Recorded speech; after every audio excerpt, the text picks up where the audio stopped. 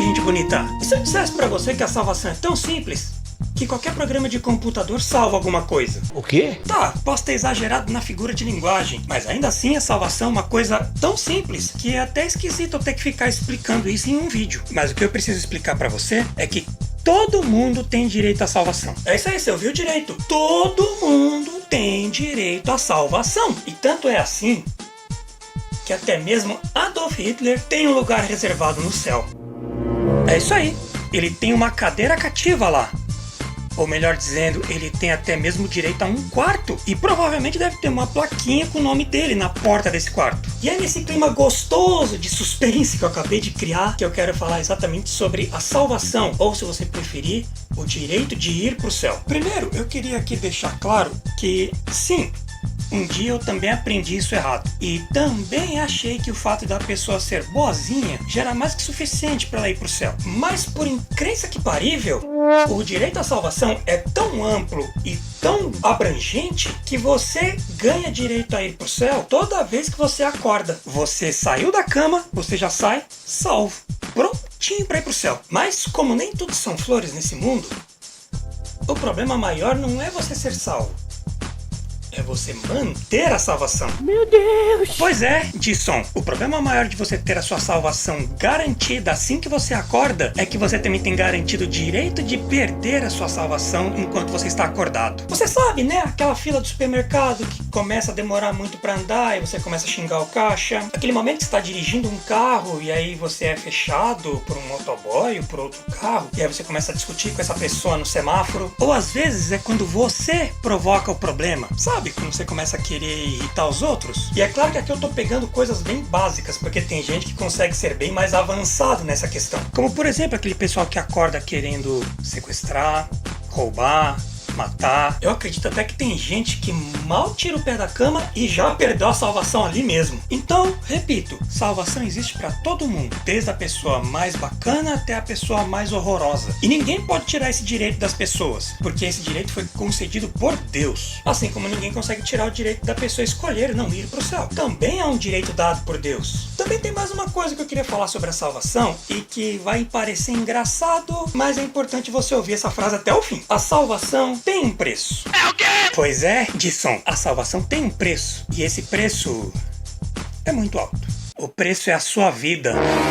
Se você quer realmente pagar a sua própria ida pro céu, você vai ter que morrer. Eu não entendi o que ele falou. Calma que eu explico. O que acontece é que todos nós cometemos pecados. Não adianta você falar que você nunca roubou, que você nunca fez mal pra ninguém. Existe na Bíblia uma listinha, um checklist, que você pode verificar se você realmente fez tudo certinho ou não. E se você marcar um erro em qualquer um desses 10 itens, sim, você pecou. E até para deixar a coisa um pouquinho mais interessante pra você, pense que aonde diz pra não matar, Jesus deu uma completadinha dizendo que se você sequer xingou alguém, você já matou essa pessoa. E se você cobiçou uma outra pessoa e ela não é sua esposa, seu esposo, você cometeu o crime de adultério. E se tem uma coisa que eu aprendi na Bíblia, é que o pagamento para o pecador é a morte. E isso desde a época em que Adão e Eva caíram no pecado de pegar aquela frutinha danada, sabe? A árvore do conhecimento do bem e do mal. Desde aquele momento, Deus deixou bem claro que o pecado traz morte. Seja porque é uma consequência do nosso pecado, ou seja porque é o preço que a gente paga por ter cometido pecados. De maneira resumida, se você quiser ir para o céu por conta própria, você vai ter que morrer para se salvar. Mas aí, quem está disposto a fazer isso? Bom, eu vou falar por mim. Eu não. Porque se é uma coisa que eu também aprendi é que mortos não aprendem nada. E mortos não conseguem se arrepender de seus erros. E por aí vai. E já vou te antecipar, por mais que você pense em querer se matar, não vai ajudar em porcaria nenhuma. Isso porque tem algumas outras coisinhas que estão envolvidas nessa história, mas não é pra te salvar e sim pra evitar que você perca a sua salvação. É diferente. Esses detalhezinhos eu vou deixar pra um outro vídeo. Nesse momento eu quero falar justamente sobre o núcleo da coisa toda. Essa história que eu falei agora de que a salvação é fácil, mas é cara. Vamos partir desse pressuposto de que não adianta nada você se matar, porque você não vai ter tempo de se arrepender depois de morto. Como é que a gente resolve esse dilema? É simples.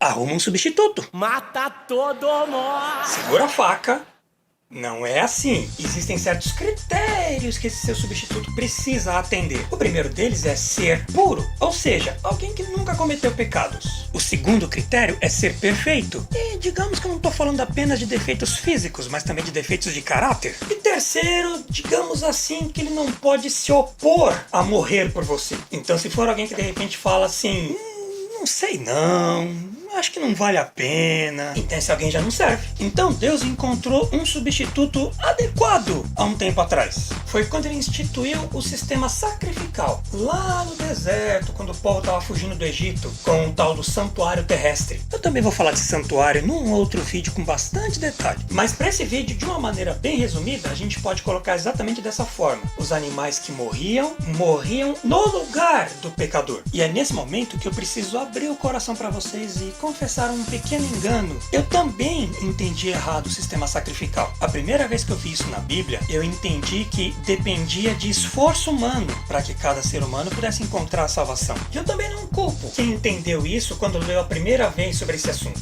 porque dá uma impressão mesmo de que dependia muito do esforço do ser humano. Mas esse entendimento é muito comum para quem olha para esse evento a partir da ótica humana convencional, de que se as pessoas não fossem lá sacrificar os animais, não haveria salvação. Mas, olhando em outras partes da Bíblia, a gente encontra informações que dizem que a salvação não depende do nosso esforço. Foi como eu falei agora há pouco no começo do vídeo. A salvação vem para você assim que você acorda.